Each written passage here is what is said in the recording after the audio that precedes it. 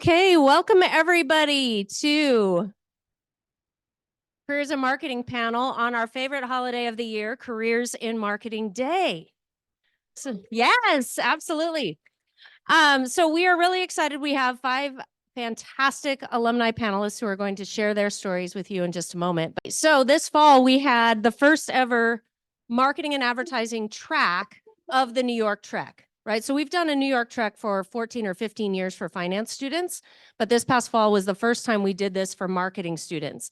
And I wanted to alert you to this opportunity because it's something that some of you might want to consider.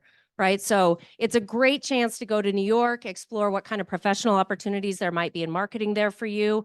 You meet a bunch of alumni who are living in New York. We have a pretty good contingent of marketing alumni there now. You get to make those connections while you're there, and you get to learn what it would be like to live in New York, right? And kind of envision that as a future path. When we look ahead to where we might go, these are the places we went this past year, and we will likely visit many of those places again. So if you see organizations on that list that sound appealing to you, you might want to consider this as an opportunity. I'm very excited because today we are going to have the world premiere of our New York Marketing Trek video, our sizzle reel that we created from our last Trek experience. So if this clicker works properly, that's what you're going to see next. All right.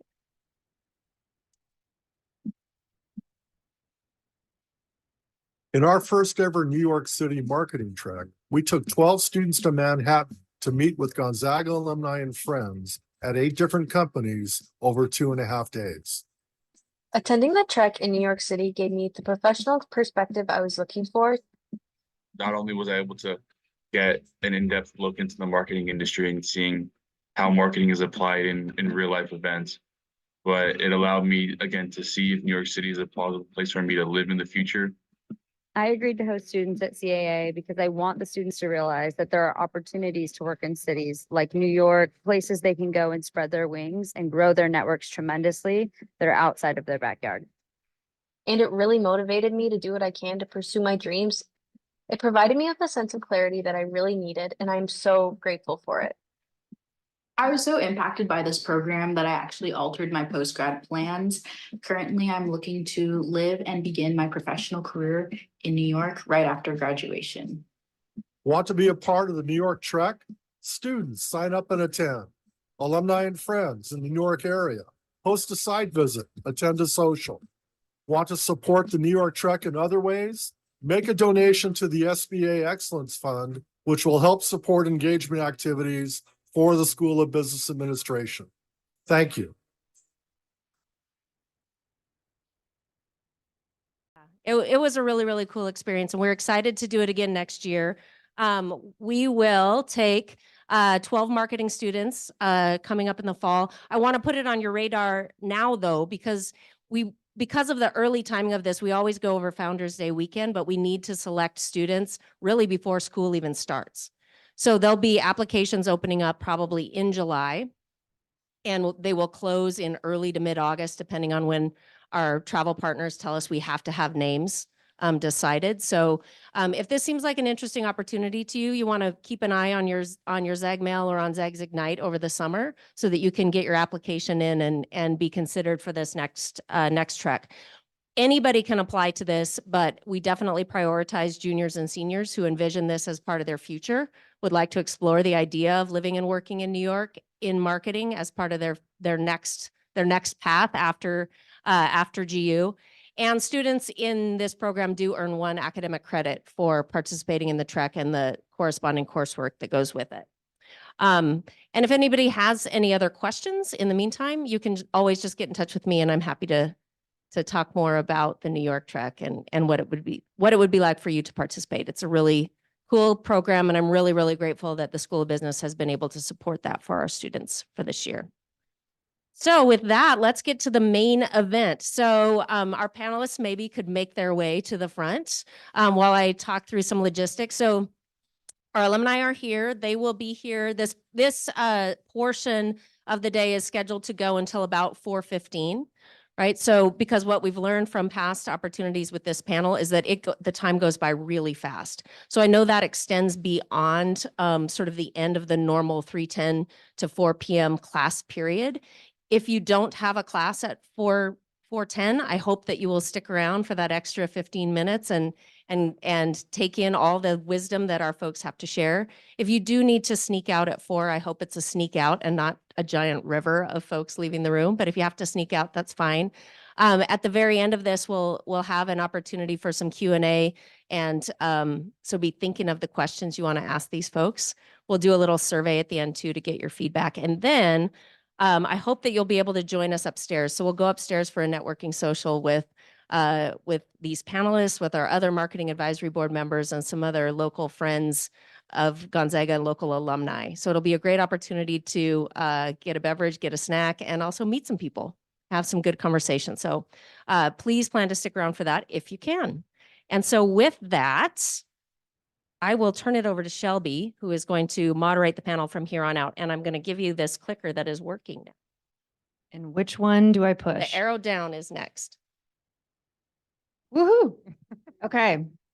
Good afternoon, everyone. Thank you so much for sharing part of your time today to hopefully benefit from the journey of the ZAGs sitting before you today and contribute to how you're building for a career in marketing. We're going to introduce ourselves. I'm going to facilitate some questions that might be some topics you have in mind, and we're going to break about halfway through to check in with you and see what questions you have, and we'll go from there. My name is Shelby Reed, graduate in 2004. And my first job, oh, I went too far. My first job was an account executive at a company called Zango. And back in 2004, this was the early days of digital advertising. And it was in a junior sales role. I worked with brands and ad agencies in the fresh new frontier of digital advertising. It actually set me into a career in digital ad sales for over a decade. I made some of my best friends in the industry and otherwise. There's just two problems with that first job.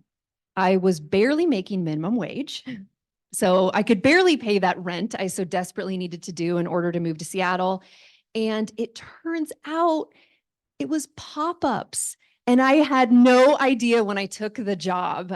So just a lesson of that first job. It can give you a lot of things. You can learn some tough lessons and grew my career into other sales capacities. Currently, I am at Microsoft in a B2B software space where I work with banks in particular as they think about how to bring AI and other technology to life. Some of my super skills that I think I developed as a GU student and throughout my career center on bringing clarity. That's super important in a space of high tech where it's fast and it's complicated. How can we bring clarity to that? How we can show empathy in understanding the shoes of the folks that we're working with, and creativity when it comes to problem solving. All right, let's meet our next panelist.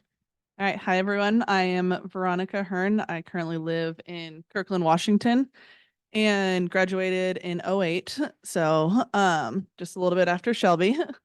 And I started my career at a company called Jywire, which stood for Joining Invisible Wires, because, you know, the whole concept of Wi-Fi was a new concept. And it was going through and doing display ads on Wi-Fi portals at coffee shops, airports, and hotels, because it wasn't something that you always had readily available. You had to sign in. There was pages. So it was all about presenting advertising in those portals. And yeah, came through as a partner manager, which I had no idea what that meant. I just said, "You're going to give me a paycheck? Great, I'll take it." And from there, continued my career into eventually coming into Oracle through an acquisition. And now I am a director of product management in their cloud division. So really focusing on doing everything up in the cloud. And that word means a lot and very little. And so happy to talk more with anyone in the social there, but yeah, that's kind of, and my super skills. I put trustworthy and delegation. I think a lot of times too, delegation is something that is undervalued, but something that has made my life and my career so much better because I'm able to offload things that shouldn't be on my plate.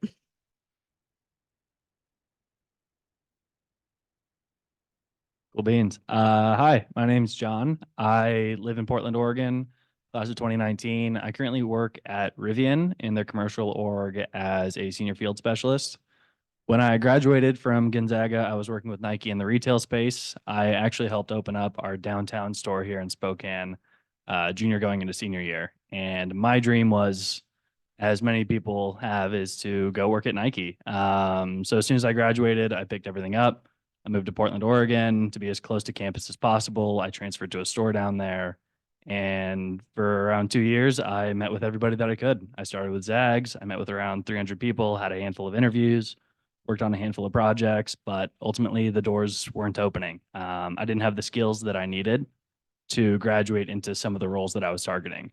So I decided to close that chapter, and I went the freelance route. I started doing some odd jobs as I was looking for something a bit more permanent. I reached out to everyone that I knew and got to work on some projects that were both creative and analytical, just getting some skills. Honestly, reading the For Dummies books on how to figure out what I was doing. Then the pandemic hit. I didn't know what to do. I wanted to change the scenery. So I accepted a job sight unseen to do sales in Cincinnati, Ohio. And I do not recommend accepting a job sight unseen. Luckily, I wasn't in that role for too long. Around 10 months later, someone from Rivian contacted me and said, "Hey, we haven't built any vehicles yet. We haven't started operating yet, but we need a presence in the Pacific Northwest. What do you think?" And I said, "Gets me out of Ohio. Cool." And that's where I've been ever since. Let's see here. My role is incredibly customer facing. My team helps run all of the events, demo drives, deliveries, you name it, in the state of Oregon. And I've been pretty vocal from day one. Hey, I'm trying to get back into marketing. I'm trying to get into branding. And finally, earlier this year, they threw me a bone. So now I help assist all of our local partnerships with companies like Arc'teryx, Snow Peak, Camp Yoshi, to name a few. And I don't really know what's next. I'm enjoying this little window into brand.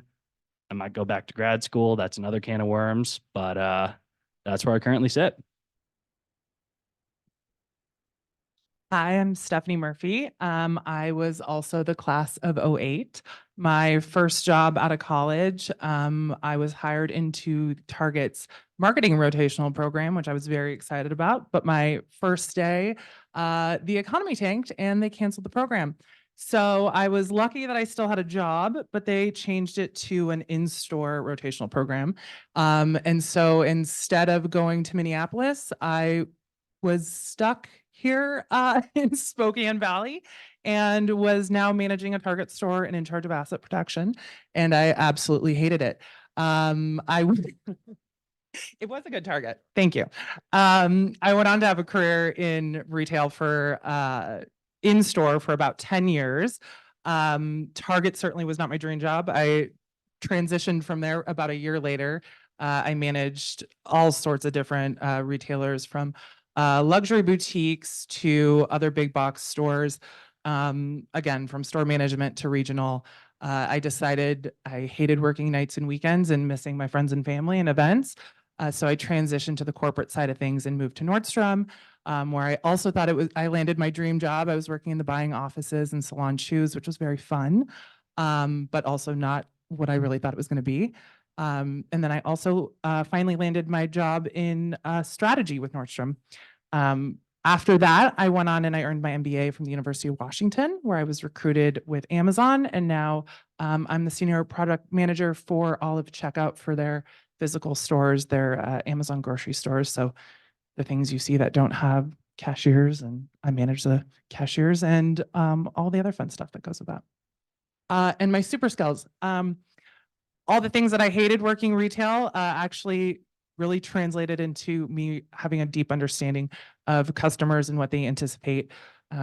I very deeply understand the end-to-end consumer, and I'm able to translate that a lot now, working with engineers and things that you kind of take for granted in the marketing space. These soft skills really translate a lot into what I do day to day now. Hi, everybody. My name's Tyler. I'm the agency guy amongst the crowd here. I'll tell you maybe just a quick version of sort of my story into all this. So I came into GU as an undeclared business major in 2006 and took my first like math class and had to withdraw. Vivek, don't judge me. I feel your eyes. And I was like, I'll do this public relations thing. This sounds interesting. So I was, networking a lot when I was a student, going to PRSA chapter meetings, going to Spokane Marcom was still a thing, going to those breakfasts on a regular basis. And like you in your classes, I had a lot of people come in and talk about kind of what they did for a living. And I had a couple people at this agency called DH, back then it was Desatel Hagee Communications. And they had a job opening that worked out for me kind of at the right time at right in April when I was trying to graduate, and went and worked there for basically 3 years as basically a junior account person. And it worked out that I got to leave and work with Stephanie for a second over at Red Lion Hotels and manage that marketing team. And as that brand was sort of moving east and changing shop, I was like, I kind of missed the variety of life at the agency. So I was looking to get back into an agency job. Ran into Michelle Hagee, who's a goddess, the smartest woman I've ever known, CEO of my company, and said, you can come back work for me. I was like, okay, you take such good care of me. So I went back to DH and I've been there ever since, and was still on kind of the account side. And I'll talk a little bit more about that today probably, but today I manage our business development program. Basically, I'm our client engagement specialist, which basically means I'm a strategist on the front end of new pieces of work, and I kind of organize our business development efforts. So as far as superpowers, I said versatility, just in the spirit of you're going to meet a lot of different people, work with a lot of different people who do not approach things the way that you do. And you're going to have to learn to work with different styles and kind of approach people on their own terms. They'll have different lived experience than you. So you realize quickly that there's a strength in that, and you're not just going to do things your own way all the time. So that's a big one. And then, proactivity, leaning in to opportunities to, when you run into a challenge, can you think for yourself of like, what's the thing I should do to try to move this forward before I go ask for help, before I engage something else? So that's a big one. And we'll talk about enthusiasm a lot today, I imagine, when it comes to networking. So that's me. Amazing. I feel the enthusiasm. Thank you. Big thank you to everyone here and Peggy Sue for bringing this group together. We have agency voices, retail really from a 360 perspective, work with some of the most interesting brands right now, and a career in technology sales and product management. So we hope to bring to light how folks have stepped into these roles, what skills are critical in these industries, and probably some connections to how you might be building those skills now. Let's talk a little bit more of our early stories, those first jobs. Let's see. I'm going to go with John. John, let's come back to you. You shared some of those earliest steps after graduation, the pursuit of the role at Nike. What did you learn coming out of that might be helpful for this group? Yeah. So like I said, Nike was my dream. I got hired to help open up our downtown Spokane store going into my junior year. I chose the retail route over the internship route per the advice of somebody that I met at Gonzaga. His name's Mac. He came and spoke at an event similar to this, and I was all in. I enjoyed retail. I really did. I can only say good things about it. And as soon as I graduated, I got, everything that I owned and moved to Beaverton. I transferred to a store down there. My goal was just to be as close to campus as possible, talk with as many people as possible. So I started with my Gonzaga network, which, if you haven't already figured out, is absurd at Nike. There are dozens, if not hundreds, of Zags already working there. And I sat down with them, asked them what they were doing, tried to figure out where I fit. And at the end of every informational interview, I was like, do you got somebody else I can talk to? Because I got to get here. So I met with roughly 300 people over the span of time that I was working at Nike. I worked on a handful of projects, volunteered my time. Oh, and we're back. Volunteered my time on some projects and product line management. But ultimately, the feedback I was getting from all of my interviews for all the roles I had applied to was, you don't have the experience, you don't have the prerequisites, retail isn't enough, come back. So I left. It was a tough decision. It was a really, really tough decision. But, I think today I'm in a much better position to present myself in that scenario should I want to get back into the footwear space. In terms of what I learned,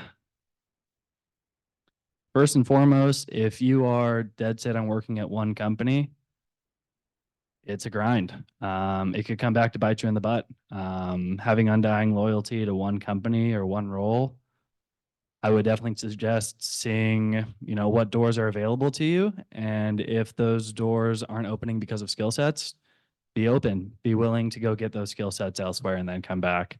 And then the other thing that I learned from that is a lot about networking, a lot about seeing what people are interested in. Most people I'm sure will, gladly take 15 minutes out of their day to talk. A lot of people just like to talk about themselves. But really, I learned to go into every informational interview knowing what I wanted to get out of it, what I wanted to ask, and also what I wanted to share about my goals and my aspirations. So early career. Yeah. Awesome. Thank you. So much learning there. Veronica, I'm going to come back to your story too.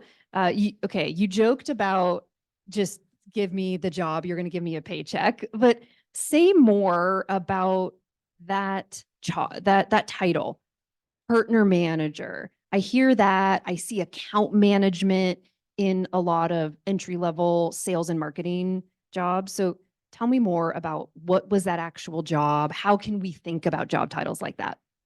Yeah, definitely. And so, I'll go into first answer the question of what is partner management, and then I'll kind of go into how titles don't actually matter.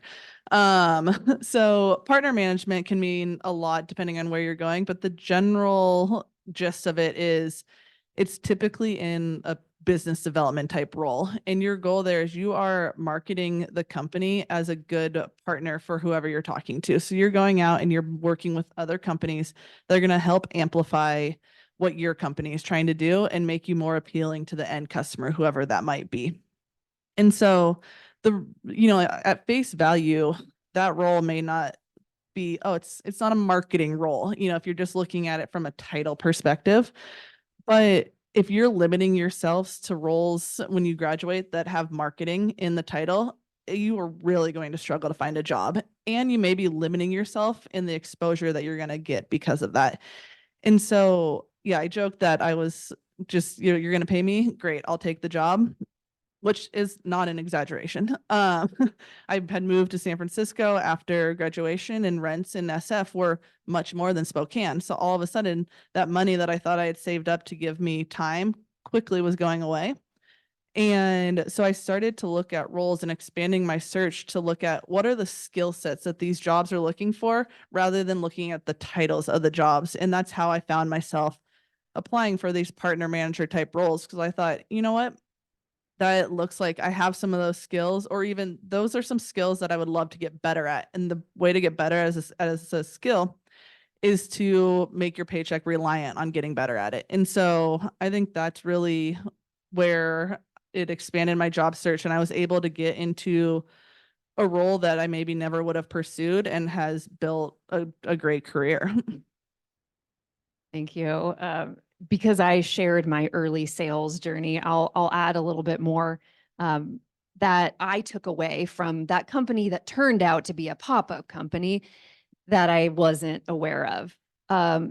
What worked out for me then, and I followed in future career steps, was focusing on industries or companies, even more narrowly, that are growing. Those were the earliest days of digital marketing. And when an industry is growing, or a company within an industry is growing, that is going to amplify your personal growth. That's going to amplify the doors that you might be able to walk through. So it wasn't the right type of digital marketing and online media to sell, but it ended up opening doors for many years at Microsoft doing that. And my cohort at Facebook, Google, you name it, they were able to build on that experience and go forward.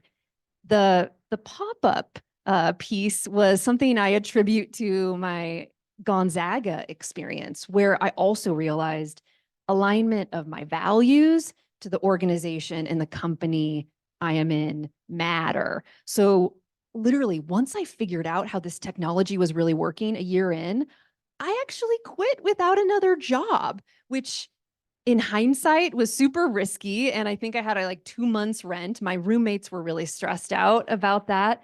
But my experience at Gonzaga and this Jesuit education made it tough for me to be in a place where I wasn't in alignment with my values. So jokes aside, tons of learning from that. In sales as a profession, which I've continued in a B2B setting, is much more of an interdisciplinary space where you're bringing in components of finance when you're structuring deals and pricing, and other components of business when you might be putting together that approach, relationship building, of course. So I'm so thankful for that first job, even though it surprised me in unfortunate ways as well.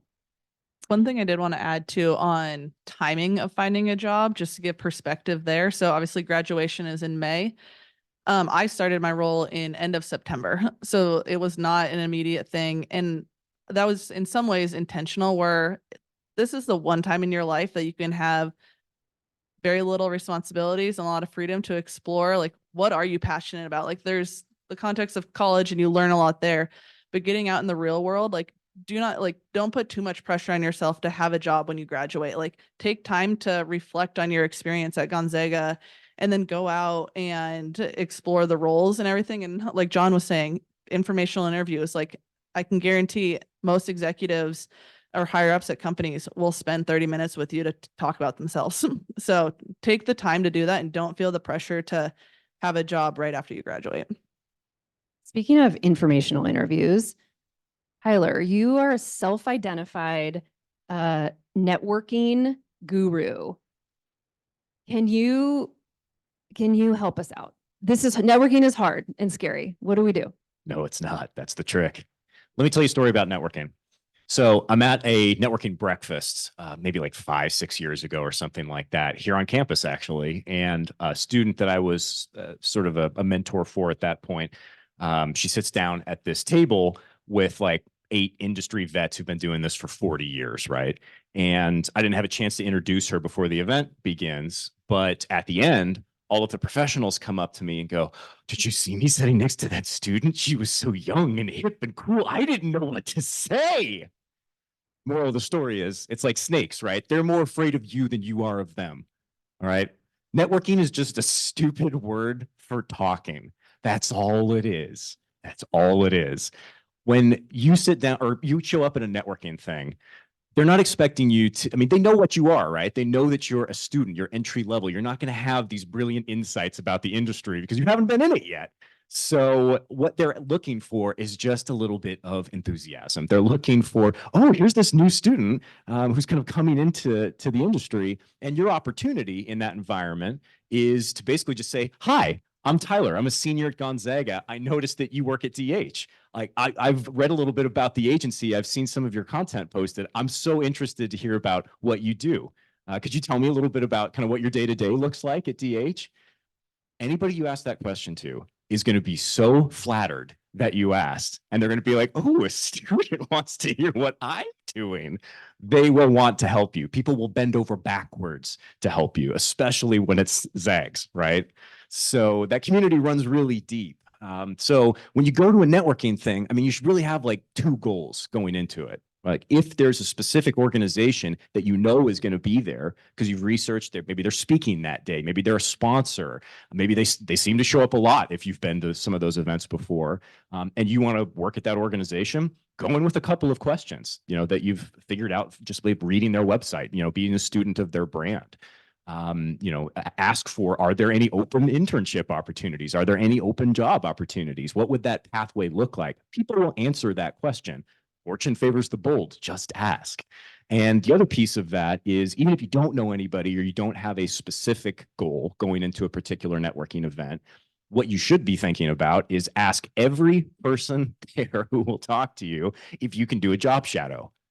Job shadows are worth their weight in gold because the people will almost always say yes, unless they're working on something maybe super proprietary, but they will want to invite you in because again, they get to, have this point of pride of like, oh, a student wants to job shadow me, but they get to show you off for a day and you get to learn what that corporate culture looks like. You get to learn what that person's doing tactically on a day-to-day basis. And if you stockpile a few of those, you will get a sense for, oh, I really like this element that I saw people doing. I'm not sure about that. So that will inform the direction that you head. But yeah, networking is not some big nebulous, scary thing. It's, of course, you're going to have butterflies, talking to people, but all you've got to do is find some little kernel to just start talking about. And frankly, it's going to be way easier for you because you get to play this card every time of, I'm a student, I'm just starting out. For us, when we go talk to people, it's like, what do you want from me? Right? When people come up and talk to you. So this is like the best time to be networking as a student. So just lean into it. It's a little bit uncomfortable, but it's just talking. That's all it is. Awesome. Thank you. Stephanie, I want to ask you about one of the super skills you identified. It was about the diversity of your experiences powering your success. Can you say more about how that's come to life for you and how that might be true for these students and their experience in summer jobs or internships or student work as well, that diversity? Yeah, absolutely. So I think one of the things that's really helped me, and it's almost baked into the Gonzaga culture, right? We're a liberal arts school. We all have to take a variety of courses that really make us well-rounded students and people. My weird, windy career has made me a very well-rounded retailer. And I think a lot of times when you are a student and especially a business student, you think, okay, I need to get an internship and then I'm following this linear path and I'm going to climb the corporate ladder and it's going to look like this. And for some people it works out that way. And for me, it didn't. Some of that was just due to circumstances and some of it's because I chose a career where I like to make things pretty and dress things up. But I learned a lot from these early jobs where I was in stores, working hands-on with customers, doing nasty things like throwing trucks and getting freight out and things you never think about. Even when I was working loss prevention and just the things, theft and whatever. I was in a meeting yesterday when I was having to leverage my knowledge from 15 years ago about the same shrink mitigation in a new initiative that we're launching. So all of these little pieces, if your story isn't coming together the way that you think it should, just leverage every opportunity you have. Weave that path in some sort of way and it will tell a story. Your path will come together and you'll be surprised by the things that you think are atypical or don't fit will somehow make this, I don't know, like beautiful story come together that nobody else can tell other than you. So don't be scared if things aren't picture perfect at first. They won't be. Okay, let's work this retail example actually, and I'm going to come to you on this too. Has anyone in here worked retail or currently working retail? Yes. My first job was at the Gap at Riverfront Park. Amazing. Okay, I'm going to give the microphone to both of you. For everyone who's worked retail, can you talk about the skills that everyone who raised their hand was probably developing and how that is going to transition to their marketing career? Well, the first one, I am a naturally like a very shy person. And so having to be in a boutique and upsell things, I don't like talking to people. I say that as I'm talking to you. That's not what I mean. I am very nervous that people won't like me and then that I'm upselling them. Maybe they're not going to like what I'm selling to them. You have to get over that really quickly. And that is a huge thing that you need to learn in business, is that it's not about you, right? You have to embody whatever it is you're selling and find out what those strengths are and be able to pitch it. So that would be the first thing, having that confidence in yourself. Cool. Something else I would say you're picking up in the retail space is kind of a complete understanding of the customer journey, right? You know, for me and Nike, I was getting the entire depth into the brand and into the product, but also something that nobody at corporate is getting is talking to the consumer, talking to what they're digging, what they're not, why they are in the store, what is it that, you know, really pulls them in, and what is it that they don't like. And it's, maybe you don't quite realize it, but it's just, it's a silver bullet of sorts that, you know, the people who work behind the desk, which is awesome. It's really cool, a lot of the stuff that they do, but they don't get to see that. They don't get to have those conversations. So I'll go and I'll chat with a product line manager for, you know, Nike basketball. I'm like, hey, listen, this shoe's garbage. Nobody's buying it. And they go, no, it's the best thing on the market. It's the highest performing product on the market. No. Let's see here. What else? Learning in retail. I think that's a perfect example. My sister's also in retail, and she also started on the floor. And the ability to see things that work out perfectly on paper, and if you have an academic background, a lot of these things come together perfectly. But in actuality, especially if you're working in a big box store, you know, you have single moms working 3 jobs and they're working overnight. They're not perfectly efficient and things are not going to come together as you think. So being able to have that insight when somebody lays out an initiative or a plan, and being able to say like, yes, that's good, but that's not what's actually going to happen, or no, that's not the perfect shoe and here's why. So being able to have that consumer insight to push back on things when you know it's not actually going to be perfect as it is on paper.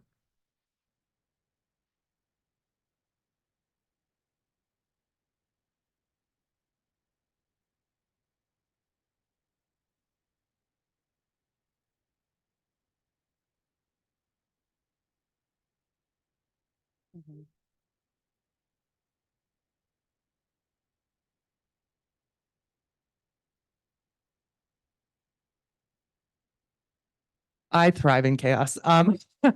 I I really enjoy that. I do think it takes a certain personality type. You have to be um very you have to be very detailed, but be willing to do a lot of really hard work and just kind of not have an off switch. So you just have to be able to manage a lot of things all at once. And I don't know if that's something that you can teach, but yeah, there are it is very detailed. Well, and to go, Oh, fair. and to go along with that, to, you know, my super skill of the delegation too, because there is so many aspects of it Yeah. that being able to learn how to spread those tasks around and knowing that things are still going to get done, and you're holding that broader story, but you're like, great, I know that we need to, I never worked in retail, so I'm not going to try and give an example, but saying we have to get this done and this is the end result. How you get there could be many different paths, and being able to figure that out. Like, yeah, my friends that have worked in retail, they get to experience that firsthand in a way that is really transferable to many jobs. Yeah, something I would add to that is you get to learn like how to manage competing priorities in a retail situation. Like for me, I loved the holidays. It was chaotic, it was fun. For me, it was like I always wanted to envision myself as like in Forrest Gump, like Lieutenant Dan up on the mast, just like screaming at the storm. That was the visual I always had going into those busy seasons. And it's like, okay, I have to keep product stocked. I have to keep the storefront beautiful. I have to engage with customers who are asking me questions about product. I have to go do size checks. I have to also get rid of this line that's forming at the front of the store. Like, and I've got to do all of that while there are 150 people in here. And it's one of those things that you get into kind of a more corporate or a more business setting. You're like, oh, this is nothing. I can juggle this. Retail, this is one example of experience half of this room has today. Some of you may have been able to attend earlier today. There was a great session called May is Tomorrow. And I will find a way, I think that was taped. But this is all about connecting the experiences that you're building now and how valuable those are. Just heard, juggling multiple priorities, customer service, thinking on your feet, work ethic. That's just one example of the experience you're building now. We want to pause and see if there's any questions that you have before we keep going with a few more topics. Any questions for any of the panelists or generally?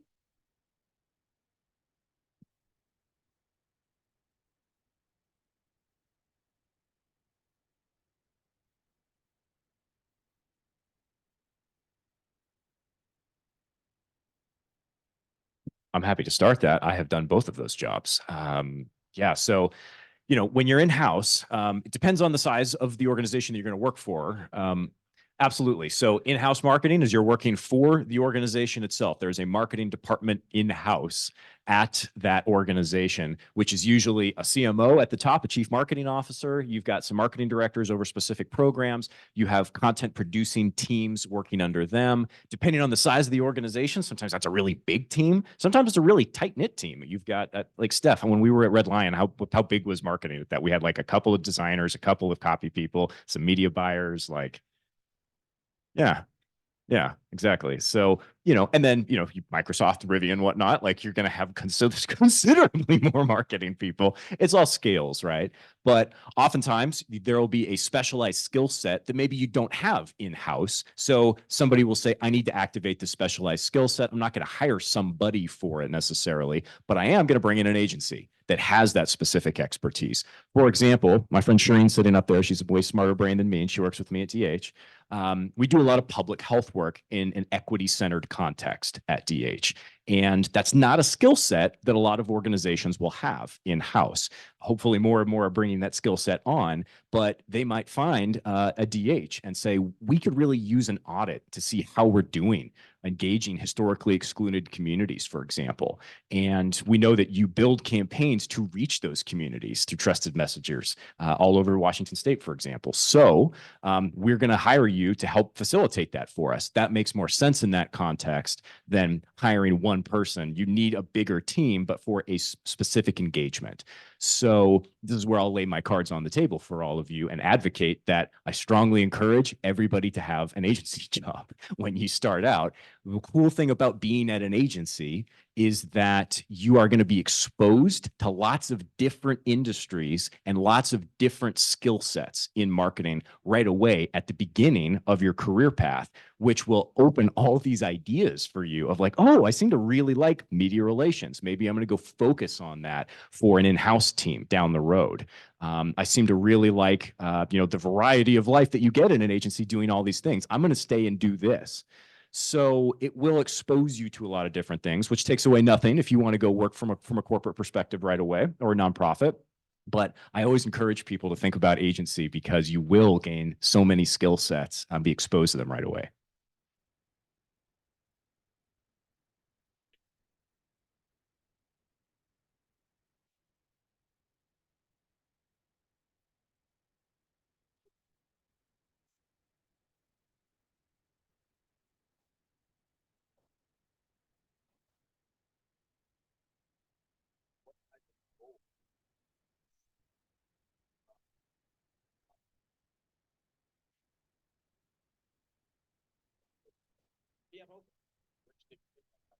Absolutely. And I'll shut up after this, but like at an agency, a typical agency, there's sort of a traditional structure of what a hierarchy looks like. The entry level position at most agencies is going to be like an account coordinator, maybe an account assistant. I was the last account assistant at DH. I must have done a terrible job. They phased it out after I was done.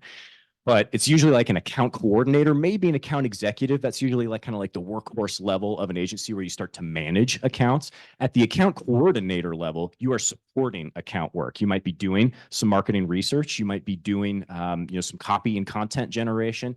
You might be facilitating all sorts of things depending on the specialty of that agency. But that's sort of the entry level role. And that works up usually to an account executive level, maybe an account director level above that, maybe an AVP above that, with a specialized skill set. But there is sort of it'll be a little bit different depending on the agency, but there's sort of a traditional model of kind of what that up ramp looks like. But there typically are those kinds of openings more frequently at a lot of agencies, because a lot of folks start their journey in an agency and then they move on at some point, which is totally, I'm a freak to have been there for 14 years at a particular agency.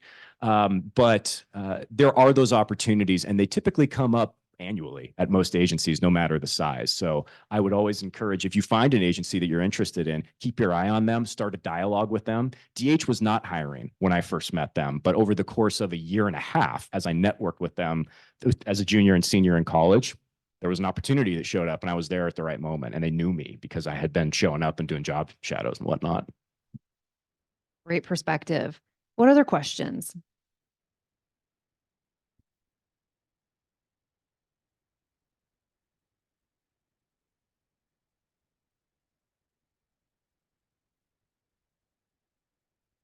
Ooh, boy, Matt is probably a little better versed on this in the industry as a whole. But for Rivian, obviously we're a new company. We're unproven. We've only been making vehicles 2 years and change.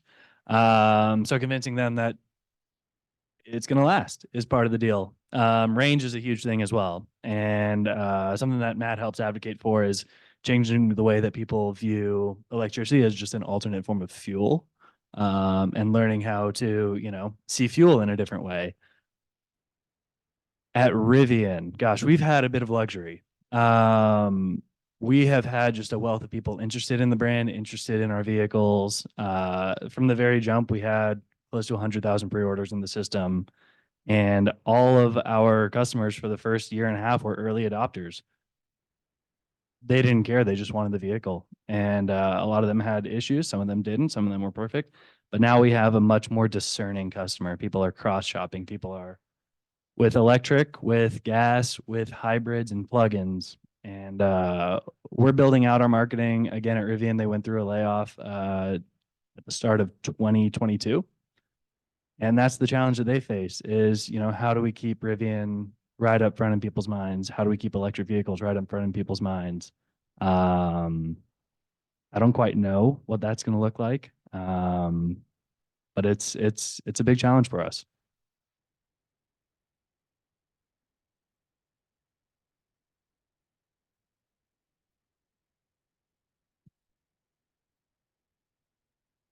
Yeah. So Rivian is positioning itself as an electric adventure vehicle. So, you take all the people who've got Tacomas, who've got Land Rovers, 4Runners, you name it. We offer that, and it's electric, and we believe that you can do it electric. You can go check any number of videos and reviews of this thing going up head to head on off-roading, on trails with the best of the best, and it can do it. Matt, sorry, what was the rest? Did you have?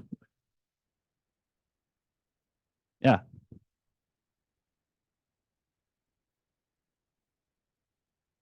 It's a great truck.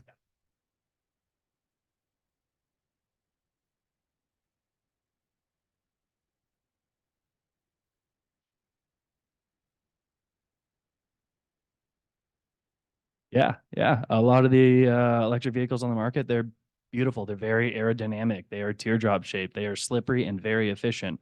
Ours is boxy, and it's a bit of a dog aerodynamically, but it is capable off-road. And that is just something that a lot of electric vehicle manufacturers haven't attempted. And it's been received well.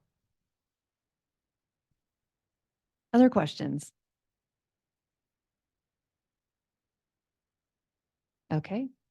Well, we'll go back to sharing, and we might go through a couple lightning rounds to hear voices from everyone here. What's what's a perspective or a piece of advice that we could give to students about things they could be doing now, or maybe shining a light on things they're already doing right now to better prepare for what's ahead and set themselves up for that career? Yeah, so I would say don't minimize your experiences that you're having. Every activity that you're doing at Gonzaga can be translated into a skill you can talk about in an interview. So it doesn't have to be like I was lucky enough to not have to work in college. But then when I graduated, I was like, well, shoot, now I have nothing to say. But I had volunteer coached. So great, I could talk about that. And so thinking through of what are the various activities that you're doing on campus and how does that translate into skills? And also, what did you like about or dislike about those activities to then refine your job search and what you're looking for out there? Sure. What was the question? Things that we could do next, we could do now as GU students, or things about the GU experience that will be relevant and helpful. Cool. On board. Make friends at a whole bunch of different places who do a whole bunch of different things. Technical speak for that is networking, but I always view it as just making friends and finding things that other people are interested in. Just strike up that conversation, and it's gonna maybe open a handful of doors that you hadn't even considered. You took exactly what I was going to say. No, I don't think you can minimize that enough. It is really important, the friendships that you make here at Gonzaga. Relationships are important. I think we've all emphasized that. But more so, we share like these ethics at Gonzaga. And even as we've gone through our companies, there's a lot of Gonzaga alumni networks, and you will instantly meet people and bond. So make those friendships and keep them close. When you graduate, join your alumni networks, look at them, start one if it doesn't exist in the companies when you join them, but they will be very helpful, especially when you feel lost those first couple of years. Just seeing friendly faces or people you at least know where they'll be in March, or that they just share the same values that you do. It's super important. I promised you I'd talk about enthusiasm. So this is something that ties in with everybody looks really good on paper, especially coming out of Gonzaga, right? With your resume, you're all going to have a great internship. You're all going to have some leadership experience. You're all going to have something. And that's a great foundational place to be, right? Like that's the table stakes that they'll be looking for. But on top of that, remember that somebody can teach you to do anything. They can't teach you enthusiasm. They can't teach you to be stoked to show up, right?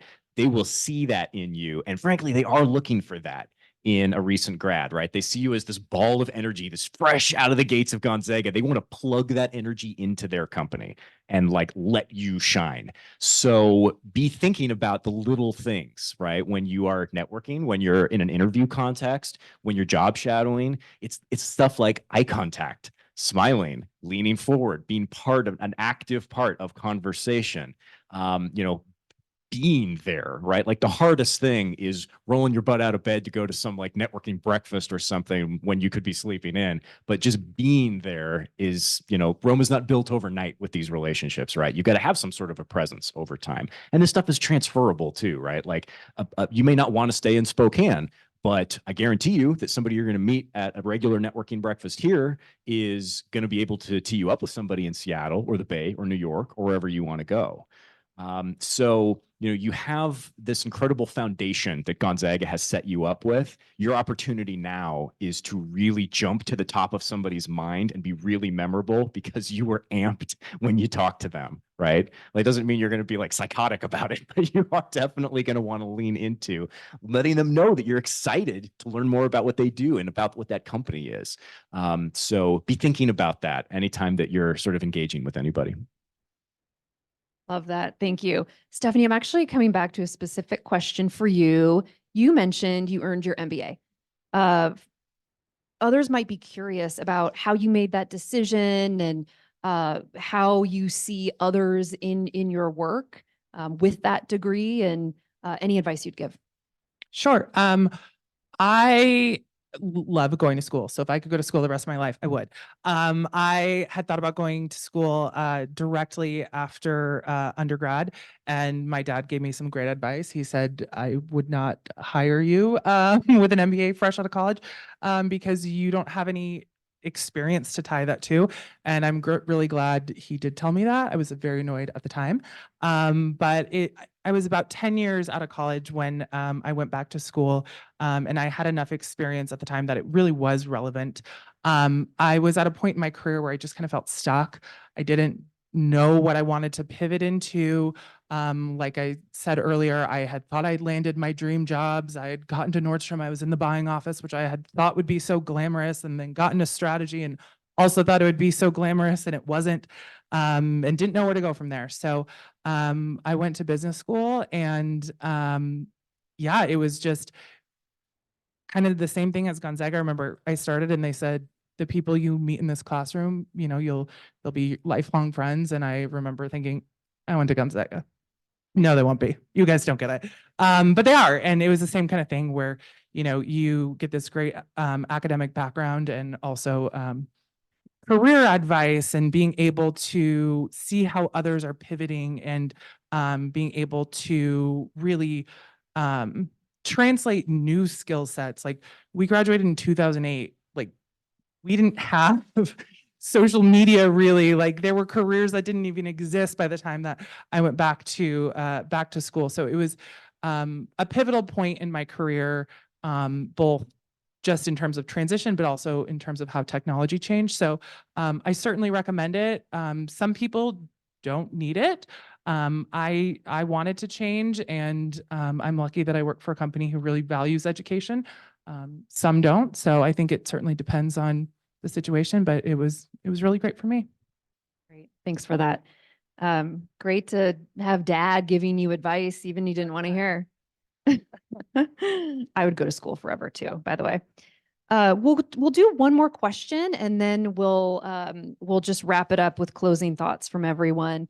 Love to hear from someone on the panel who does hiring, to speak to when you're interviewing for those earlier in career roles. How does someone stand out in that interview setting? We heard about enthusiasm. We heard about the networking.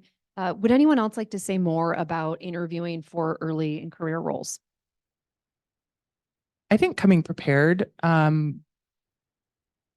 was shocked, and still am a lot of times, how unprepared some people can come, where they're kind of just there. Either they feel entitled to a role, they're not really savvy in terms of what the job is, and I totally get it. Like, a lot of jobs are very vague in their postings or whatever, but there should be a general understanding of like the company, what is in the job posting. So making sure you're doing your due diligence there, and coming with questions. Like, there's Chat GPT now. Google, like, what is a good question to ask in an interview? We want to see that you're engaged, you're serious about these roles. So be engaged in the interviews and make sure you're asking follow-up questions. If you're disinterested, that's a red flag that you're not going to be interested when we hire you. Yeah, and to go along with that, like, if I am interviewing someone, no matter the role, if it is question, answer, automatic no. Doesn't matter how good those answers are. If we can't establish like a conversation where you're going back and forth, then it's not going to work. And unpopular opinion, but I would say most interviewers make their decision in the first like 30 seconds. And the rest of it is either filler if they don't like you, or trying to sell you to bring you in. Because you have to remember, in an interview, the company is trying to sell themselves just as much as you are. And so, like, it's an equal playing field out there. And so setting yourself up with that mentality, and again, I'll second the questions, like having good questions that you want to prepare, but also tie it into what you had previously talked about. If it's a random question that you tell, it's, oh, I Googled this or whatnot. But if it's, oh, you mentioned this earlier, can you please like talk more about that or say more on this? That is the things that people really remember, less on what your actual experience is, in my opinion. And write thank you notes. Oh yeah, To your they interviewer. really do work.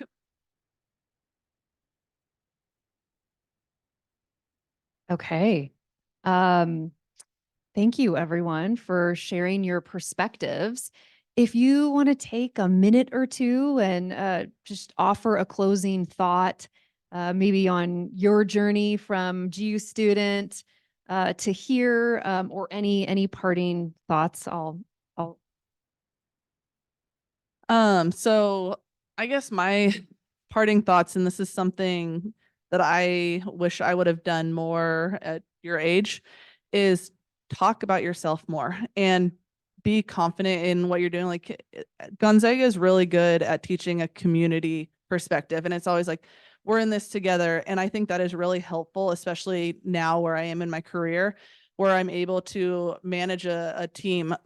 But when you're first coming out, like you need to be able to say, I did this, I'm really good at this, and don't like hide behind things and feel like, oh, I don't want to sound cocky or whatnot. Like, no, you all got an amazing education at Gonzaga, and that is something that you should be proud of and you should talk about. And don't be scared to think that people are gonna think you're cocky. Tout your accomplishments. And like I said, nothing is too small to talk about and to be proud of. I echo that 100%. What I might add is the Gonzaga community is an open door. Even if you've never heard of a person before, but you find out they went to GU, they will happily talk to you. Sure I share for the whole panel here. We are happy to take extended time to chat with you about whatever, honestly, whatever. Could be the sports, could be news, could be Gonzaga losing to Santa Clara, which stings worse than anything else. We're happy. We're here. The door's open.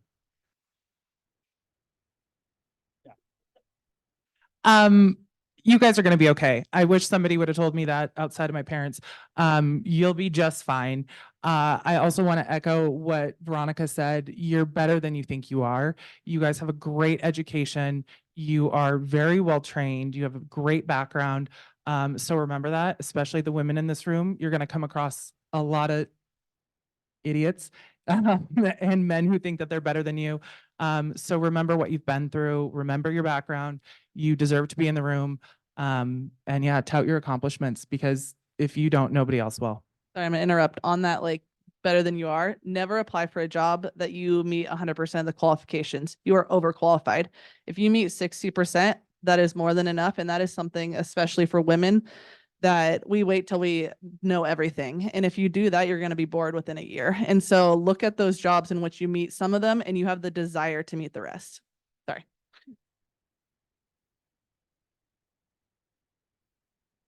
Yeah, I mean, Stephanie, I love that. Know everyone in this room, you are going to be okay and you will figure it out. My second day at DH, sure, you probably don't know this, I had like a panic attack. So like, oh my God, I have no idea what I'm doing here. They're going to figure it out soon and I'm going to be thrown out onto the cold streets and I'll die.